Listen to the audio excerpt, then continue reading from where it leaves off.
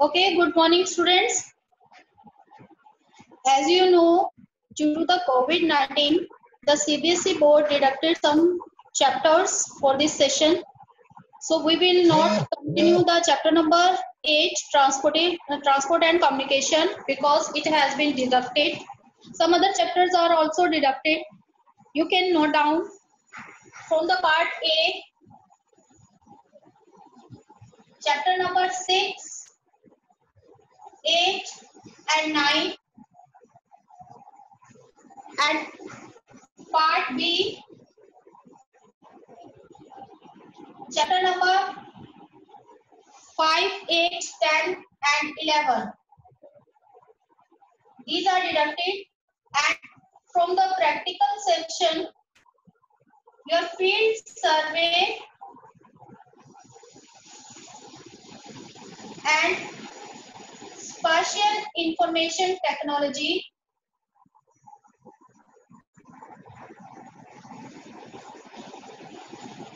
has been deducted. So we will not do these chapters. Chapter number 8 we have always done, but now we will start our next chapter, that is chapter number 10, and that is human settlements. So students, now start our next chapter, human settlements. First of all, we have three basic needs.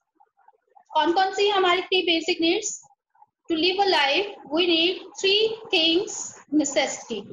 That is, first is shelter, clothing, and food. These are the basic necessity of a human being to live a life. In this chapter, the third one, the shelter, we will discuss in this chapter. Shelter means जहाँ हम रहते हैं. In the geographical terms, we call it settlements. Geography में हम इसे क्या कहते हैं? Settlements. Now, what is settlements? Actually, it is an organized colony where the human beings lives in buildings. Buildings may be hut or pakka houses. So they live together in their buildings. They have the path which they use to travel, or the streets they use to travel. Settlements क्या है? जिसमें क्या होती हैं? Buildings होती है. इन buildings में लोग जो हैं वो रहते हैं. इसके बीच में जो path होता है जिसको वो traveling के लिए use करते हैं. So this is a basic definition of settlements. It is an organized colony in which the human beings live together in the buildings. There is a path or a street which they use to travel. These are the settlements. Now, you have seen the different type of settlements. Different type of settlements के आप कहीं पर जब traveling के लिए जाते हैं तो आपको बहुत तरीके की सेटलमेंट्स देखने को मिलती हैं, बिल्डिंग्स देखने को मिलती है. सबसे पहले आप देखते हैं कहीं पर कच्चा हाउसेस है, कहीं पर पक्का हाउसेस है, कहीं पर जो है वो बहुत ही नैरो है, मतलब बहुत ही कम्पैक्ट है, जिसको हम कम्पैक्ट कहते हैं यहाँ पर. कुछ जो है वो बहुत ही कम्पैक्ट फॉर्म में है, कुछ जो है हमें मिलती है डिस्पर्स फॉर्म में मिलती है, दूर दूर फैले हुए होते हैं घर. ठीक है, ये तीन टाइप मिल गई. फिर हमें कुछ जो है हाउसेस जो है बिल्कुल आपस में मिले हुए दिखाई देते हैं, एक पैटर्न में दिखाई देते हैं. कुछ जो है वो हमें अनऑर्गेनाइज्ड दिखाई देते हैं. तो इस तरीके से हमें डिफरेंट टाइप्स की जो है बिल्डिंग्स या सेटलमेंट पैटर्न्स जो है नजर आते हैं.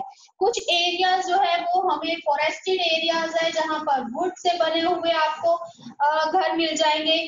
फिर कुछ जो है वो हमें हिली एरियाज में, मोस्टली पोलर एरियाज में हमें इग्लूस की फॉर्मेशन मिलती है, बर्फ से बने हुए घर मिलते हैं. हमारे यहाँ पर नॉर्दर्न प्लेन में हमें पक्का हाउसेस मिलते हैं, सीमेंटेड हाउसेस मिलते हैं. तो डिफरेंट टाइप के आपको सेटलमेंट जो हैं वो ओवर द अर्थ सरफेस नजर आती है. तो ये सेटलमेंट्स जो हैं वो हमारे किस तरीके की सेटलमेंट्स हैं, ये हमारे जो है किसको डिपिक्ट करती है, एनवायरमेंट रिलेशंस को, that depicts human environment relations. How, कैसे? अभी मैंने जैसे आपको बताया कि आप फॉरेस्टेड एरियाज में जाओगे तो वहां पर आपको किससे, वुड से बनी हुई सेटलमेंट्स नजर आएगी। तो यहाँ पर वुड से बने हुए हाउसेस हैं।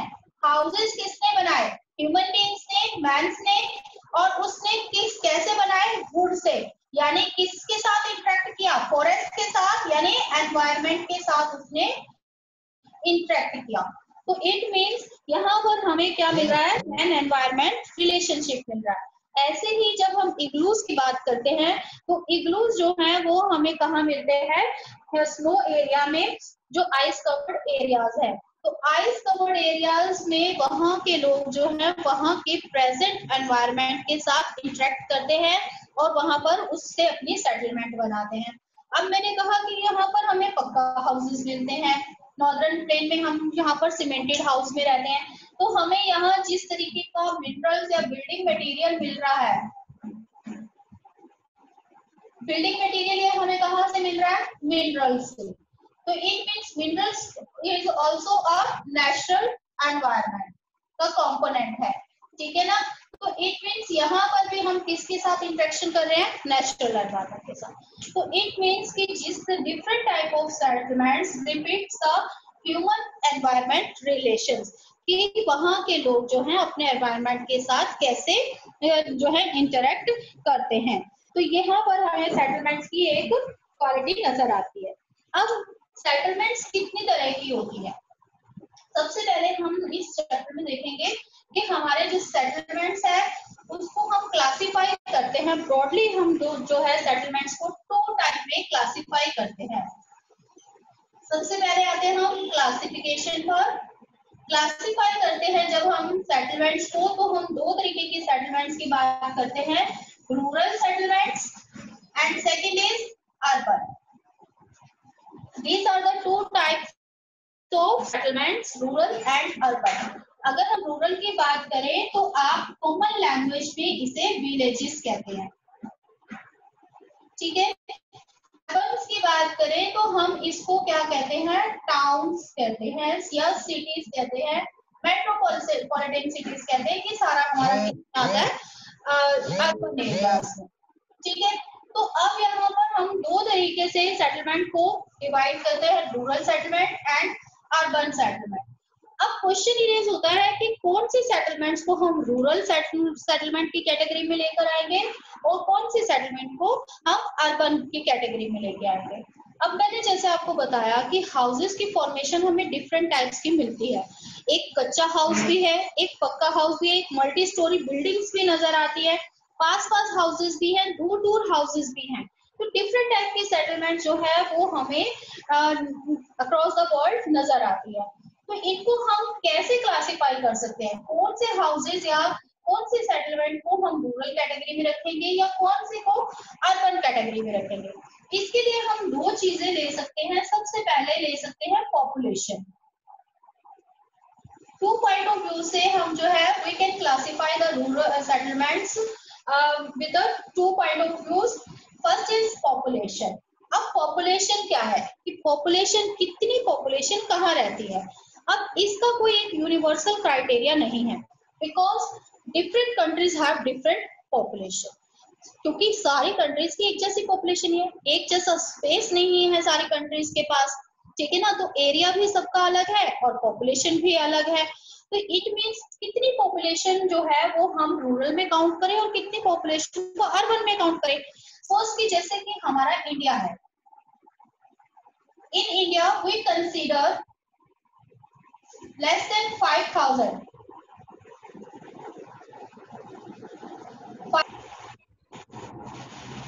What happened, sir? Okay, ma'am. Okay, done. करें स्टार्ट। तो पॉपुलेशन को जब हम कंसीडर करते हैं तो इसमें अब एक क्वेश्चन आता है कि कितनी पॉपुलेशन जो है वो हम रूरल कैटेगरी में रखें और कितने से ज्यादा की पॉपुलेशन को हम अर्बन कैटेगरी में रखें। तो इंडिया में जैसे हम देखते हैं कि यहाँ पर जिस सेटलमेंट पर जो पॉपुलेशन है दैट इज 5000, तो हम उसे क्या कंसीडर करते हैं, village. And the settlement which have the population more than 5000 that is consider as a town and city. In India की बात कर रहे हैं। अब इंडिया की पॉपुलेशन इतनी ज्यादा है, 125 करोड़ की जो है इंडिया की पॉपुलेशन है, तो इट मीन्स यहाँ पर 5000 का गांव भी बहुत छोटा सा गांव लगेगा, हमें विलेज लगेगा, ठीक है।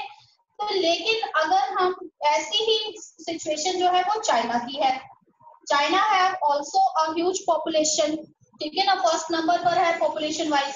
तो इट मीन्स यहाँ पर अगर हमारे विलेजेस है वो 5000 पीपल भी हैं, तो भी वो हमें जो है स्मॉल विलेजेस की कैटेगरी में आते हैं। जबकि बात करें जैसे कि हमारे यहाँ पर यूएसए है, USA, western Europe, western European countries है, लंदन है, फ्रांस है, जर्मनी है, इन सब कंट्रीज की बात करें तो इनकी पॉपुलेशन ही हमारे एक स्टेट की पॉपुलेशन के जितने हैं। तो इट मीन्स यहाँ पर जो है उनके 5000 पीपल का जो है वो पूरा क्या बनता है, एक सिटी बनता है, ना कि विलेज। तो इट मीन्स यहाँ पर भी हमारे पास कोई एक फिक्स्ड क्राइटेरिया नहीं है कि कितनी पॉपुलेशन से कम को हम विलेजेस समझें और मोर देन कितनी पॉपुलेशन को हम जो है टाउन की कैटेगरी में लेकर आए। इसके लिए जो है कंट्रीज क्या करती हैं, वो अपनी पॉपुलेशन के अकॉर्डिंग विलेज और टाउन का क्राइटेरिया सेट करती है, जैसे मैंने अभी आपको इंडिया का बताया। तो इस तरीके से पहला तो हो जाता है पॉपुलेशन, कि हर कंट्री पॉपुलेशन बेसिस पर अपने विलेजेस और टाउन्स की कैटेगरी सेट करती है, यानी रूरल और अर्बन कैटेगरी में अपनी सेटलमेंट्स को डिवाइड करती है। Second is occupation. Second basis is occupation. Occupation का मतलब क्या है, बिजनेस, काम धंधा, ठीक है। ऑक्यूपेशन के बेसिस पर भी हम सेटलमेंट्स को 2 टाइप्स में डिवाइड कर सकते हैं, रूरल एंड अर्बन। मोस्टली जो रूरल एरियाज है उसमें हम क्या मानकर चलते हैं, the most of the peoples are engaged in primary activities, and the people, if the people, most of the people means 75%, above 75%, if above 75% people are engaged in secondary and tertiary activity, that reason is known as the urban settlement।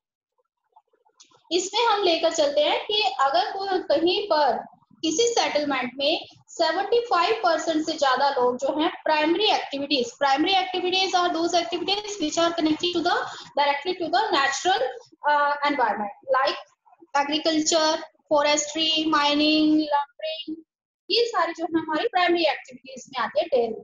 तो ये जो है जहाँ पर सबसे ज्यादा लोग primary activity में होंगे, that will be consider as a rural people, rural settlement, and if the most of the people are engaged in secondary and tertiary activity, it will be considered as a urban settlement। देखने में ये बहुत एक simple सा लगता है, लेकिन हमारे यहाँ पर क्या है कि कहीं पर ऑक्यूपेशंस ऐसे हैं जहाँ पर तो हम, जैसे कि यहाँ पर हमारे यहाँ एक है petrol pumping.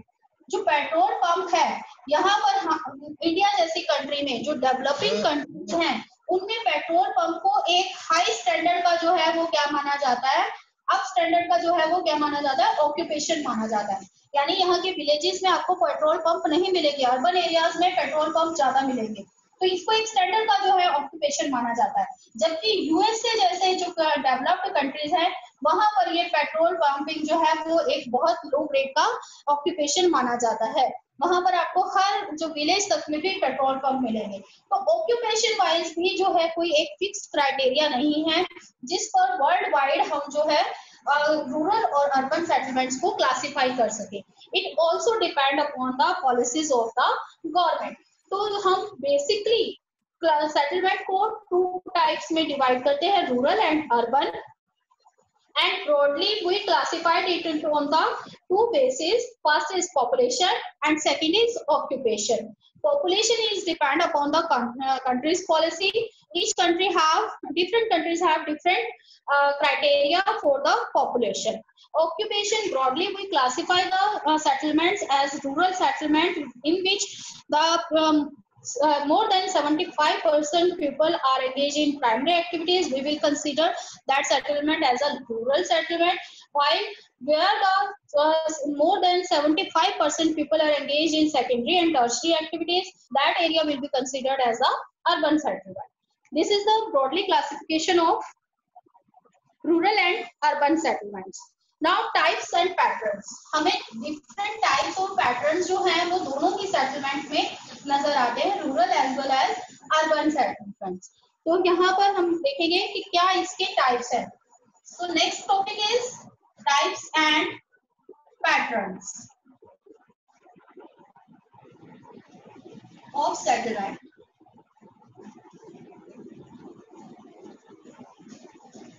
Types and patterns of settlements means कि किस तरीके की हमें जो है वो देखने को मिलती है. यहाँ पर भी हम दो ही इसको टाइप्स में डिवाइड करेंगे. सबसे पहले आता है कॉम्पैक्ट और न्यूक्लिएटेड. फर्स्ट टाइप है कॉम्पैक्ट और nucleated settlements. Second is dispersed settlement.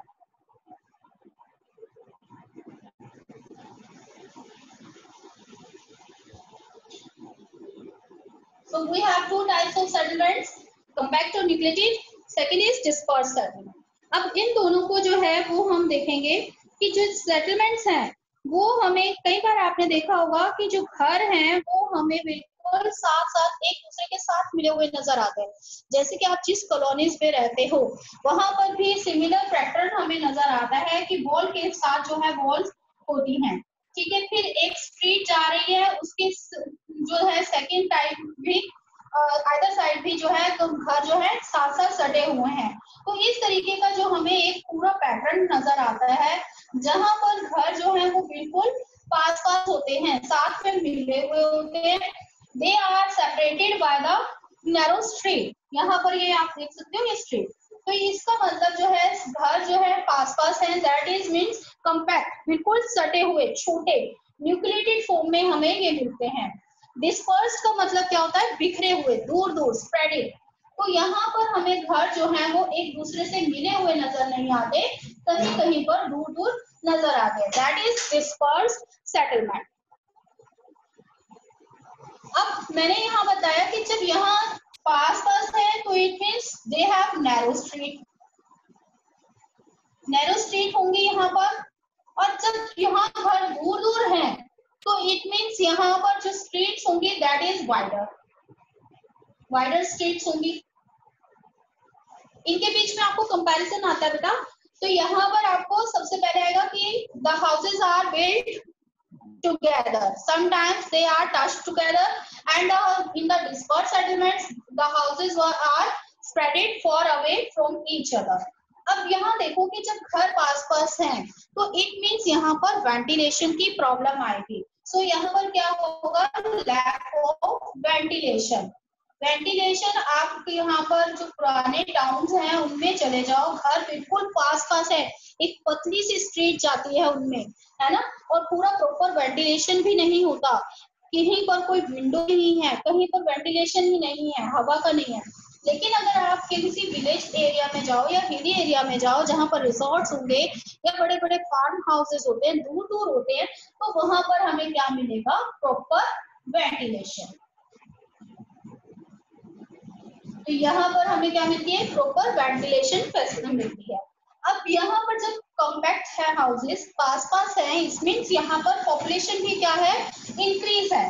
तो इट मीन्स यहाँ पर ज्यादा पॉपुलेशन रहती है और यहाँ पर पॉपुलेशन साइज जो है वो क्या होगा, स्मॉल होगा. अब पॉपुलेशन साइज यहाँ पर लार्ज है, यहाँ स्मॉल है. जहाँ ज्यादा पॉपुलेशन होगी तो इट मीन्स वहां पर क्या होगा, लैक ऑफ सैनिटेशन भी होगा. धारवी जैसे एरिया में आप चले जाओ, आजकल आपको उसमें न्यूज में भी उसकी पिक्स दिखाई देती है. मुंबई का जो धारवी एरिया है वहां पर हार्डली इतनी स्ट्रीट है कि एक बाइक जा सके, मीन्स कि वहां पर वॉकिंग डिस्टेंस है सिर्फ. तो कोई व्हीकल की तो हम एज्यूम ही नहीं कर सकते. तो वहां पर घर ऐसे बने हुए हैं, एक सिंगल टॉयलेट वो शेयर करते हैं, सैनिटेशन की कोई वहां पर फैसिलिटीज नहीं है। लेकिन अगर आप फार्म हाउसेस पर या हिली एरियाज में जाओ तो वहां पर आपको क्या मिलेगा, प्रॉपर सैनिटेशन भी मिलेगा। तो सैनिटेशन फैसिलिटीज है, लोग अलग अलग थलग रहते हैं और अपने घरों की साफ सफाई रख रखाव का पूरा ध्यान रखते हैं। तो इस तरीके से हमें इनमें मिलता है। अब सबसे बड़ी बात कि यहाँ के जो लोग हैं क्योंकि पास पास रहते हैं, they share equal same occupation.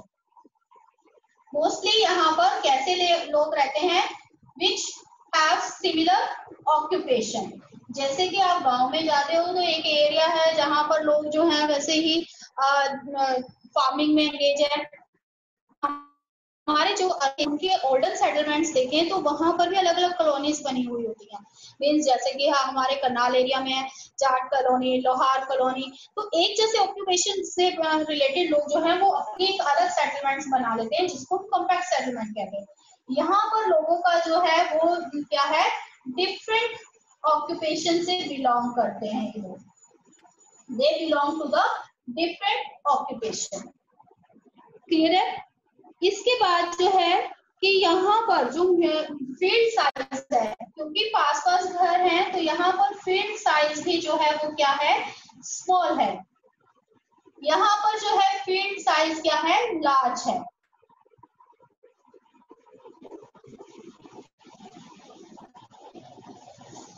यहाँ पर जो लोगों का कॉम्पैक्ट सेटलमेंट में मेन जो ऑक्यूपेशन है that is agriculture. Main occupation is agriculture. और डिस्पर्स सेटलमेंट्स हमें मोस्टली जैसे कि हमारे इंडिया में हमें ये नजर आती है हमारे नॉर्थ ईस्टर्न स्टेट्स में, हिली एरियाज में। तो वहां पर लोगों का मेन ऑक्यूपेशन क्या है, lumbering, gathering. So these are the main occupation in the dispersed settlement, lumbering and gathering. So animal grazing, ये सारी चीजें जो हैं वो dispersed settlement के लोगों का main जो है occupation है।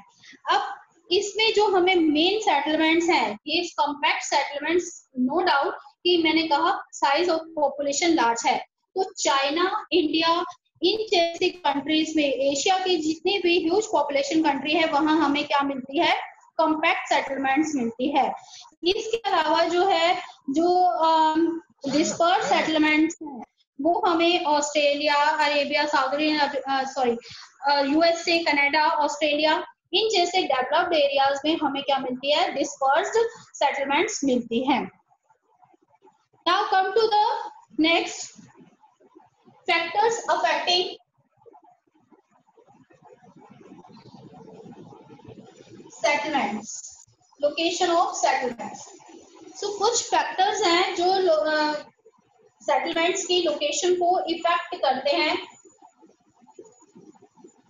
Factors affecting the location of settlements.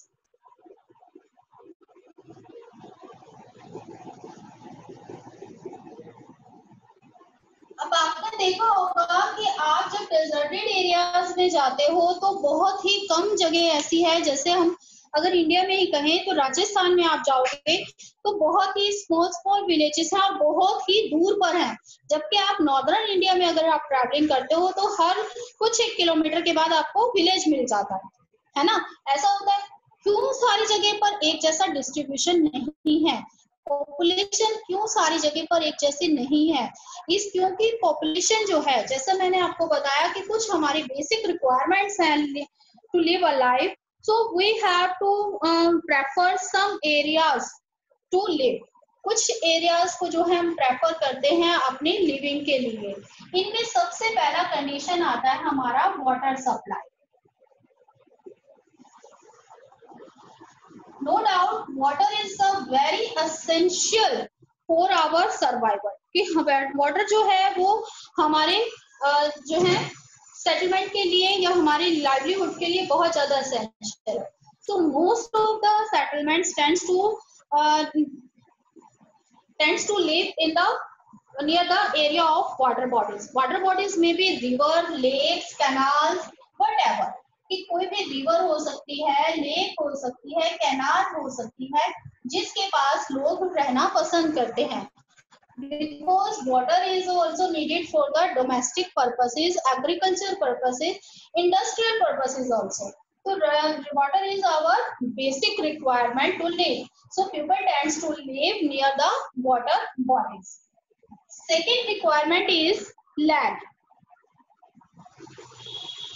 इसमें आप एग्जाम्पल आप डेजर्टेड एरिया का भी दे सकते हैं। डेजर्टेड एरिया जैसे कि राजस्थान है, वहां पर लोग जो हैं कहीं पर कोई वेल है या कैनाल है, वहीं पर उसके आसपास रहना शुरू कर देते हैं। ऐसे ही हिली एरियाज में भी नियर द वाटर वो आपको सेटलमेंट्स मिलेंगे। सेकेंड आता है लैंड। लैंड में भी हमें दो तरीके की लैंड नजर आएगी, आपको मैं यहाँ दोनों ही बताती हूँ, लैंड एंड अपलैंड। यहाँ लैंड का मतलब हम लोअर लैंड से ले रहे हैं। कुछ सेटलमेंट जो हैं वो लोअर लैंड एरियाज में एस्टेब्लिश होती हैं। लोअर लैंड एरियाज जैसे कि आपको सब पढ़ के आए हो कि रिवर जब फ्लो करती है तो वो अपनी वैली में एंटर करती है, और ये वैली जो है वो बहुत ही क्या होती है, फर्टाइल होती है। फर्टाइल होने का कारण उसका सेडिमेंटेशन है, जिसके कारण ये जो एरिया है वो फर्टाइल एरिया हो जाता है, जैसे कि इंडिया का Ganga Brahmaputra plain area. Lower land area जो है वो बहुत ही fertile and that is agriculture purpose. तो जहां पर एग्रीकल्चर पर्पस की बात आ जाती है, then people prefer to live in the lower land area. Low land area में लोग जो है वो रहना पसंद करेंगे for the agriculture purposes. On the other hand यहाँ पर हम सारी जितनी भी एशिया कंट्रीज हैं which experiences monsoon type of climate, they prefer to live in the lower land area. Correct? Now the upland area, the region where the floods occurs frequently. जिन regions में floods लगातार आते हैं वहां पर लोग जो हैं वो लोअर एरिया में नहीं रहेंगे। सपोज ये रिवर है, यहाँ पर आपके लोअर लैंड है, अगर फ्लड आएगा तो सबसे पहले ये विलेजेस डिस्ट्रॉय होंगे। तो ऐसे एरिया जहां पर फ्रीक्वेंटली फ्लड आते हैं वहां पर लोग जो हैं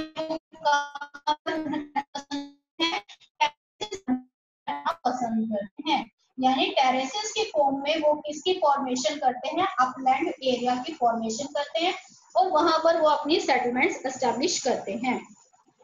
तो इस तरीके से जो है वो हमें ट्रॉपिकल कंट्रीज हैं, ट्रॉपिकल कंट्रीज हैं, they build their houses on stilts near the lands to protect themselves from floods, insects and animal pests. क्योंकि जहां पर फ्लड्स आएंगे, ये कहां पर आएंगे, फ्लड्स के एरिया में बनेंगे।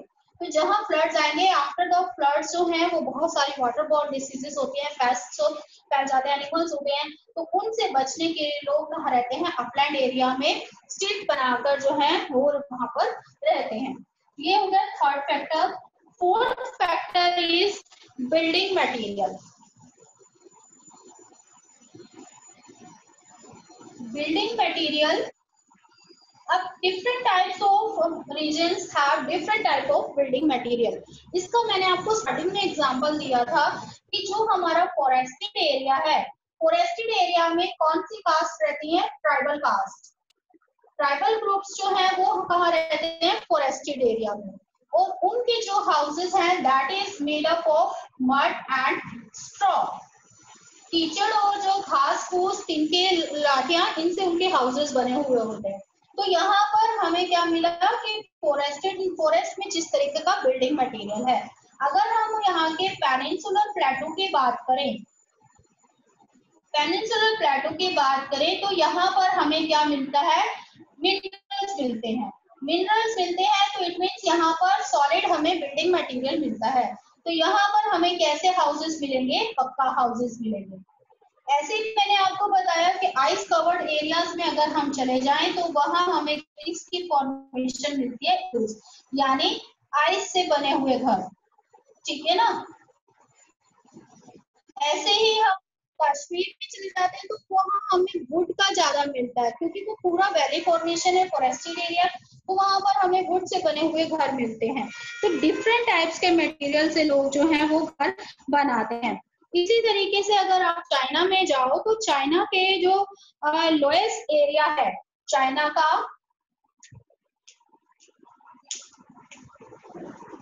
LOESS, लोएस्ट एरिया जो है वो चाइना का, वहां पर केव ड्वेलिंग हमें मिलती है। केव ड्वेलिंग मीन्स कि लोग जो हैं वो और नेचुरली जो रॉक्स हैं उनमें जो है केज टाइप यानी एक ब्लॉक्स खाली होते हैं, उनमें गुफा की टाइप बने हुए होते हैं और वहां पर लोग रहते हैं। तो वहां इस एरिया हमें इस तरीके की फॉर्मेशन मिलती है सेटलमेंट्स की। इसी तरीके से हमें अफ्रीका के सवानास में बिल्डिंग मटेरियल जो है वो हमें बर्ड ब्रिक्स का मिलता है। एस्किमोस जो है पोलर रीजन में इग्लूज में रहते हैं। ट्राइबल कास्ट जो है वो मड और स्ट्रॉ से बनाकर फॉरेस्टेड एरिया में रहते हैं। तो settlements also depend upon the building material. Now next purposes, जैसे कि इंडिया में आपको जगह जगह पर फोर्ट मिलते हैं। फोर्ट मीन्स किले, बड़ी बड़ी दीवारें बनी हुई हैं, आपने किले देखे हैं। तो इट मीन्स वो फोर्ट की फॉर्मेशन किसके कारण हुई? डिफेंस पर्पसेस के कारण। ठीक है, तो डिफेंस लोग जो हैं वो डिफरेंट टाइप की सेटलमेंट्स जो हैं बनाते हैं। जैसे कि हिल एरियाज में जो है हायर ग्राउंड्स पर, नाइजीरिया के हिली एरियाज में इंसरबर्ग्स बनाए जाते हैं। हमारे यहाँ के जो एरियाज हैं उनमें फोर्ट की फॉर्मेशन में हमें मिलती है। नेक्स्ट लास्ट टाइप आती है प्लान्ड सेटलमेंट्स। कुछ जो है ये तो हमारी अपनी मर्जी पर है कि हम जैसे मर्जी जहां मर्जी पर हाउस बना लेते हैं जहां हमें लगता है। लेकिन कुछ सेटलमेंट्स होती है वो प्लान्ड सेटलमेंट्स होती हैं, ऑर्गेनाइज्ड कॉलोनीज कहलाती है। इसका बेस्ट एग्जांपल आपका इंडिया में चंडीगढ़ है, जिसको गवर्नमेंट ने एस्टेब्लिश किया, पूरी प्लानिंग के साथ किया, ताकि लोगों को प्रॉपर सैनिटेशन, वेंटिलेशन और इंफ्रास्ट्रक्चर सब कुछ इजीली उनको अच्छे से प्रोवाइड हो सके।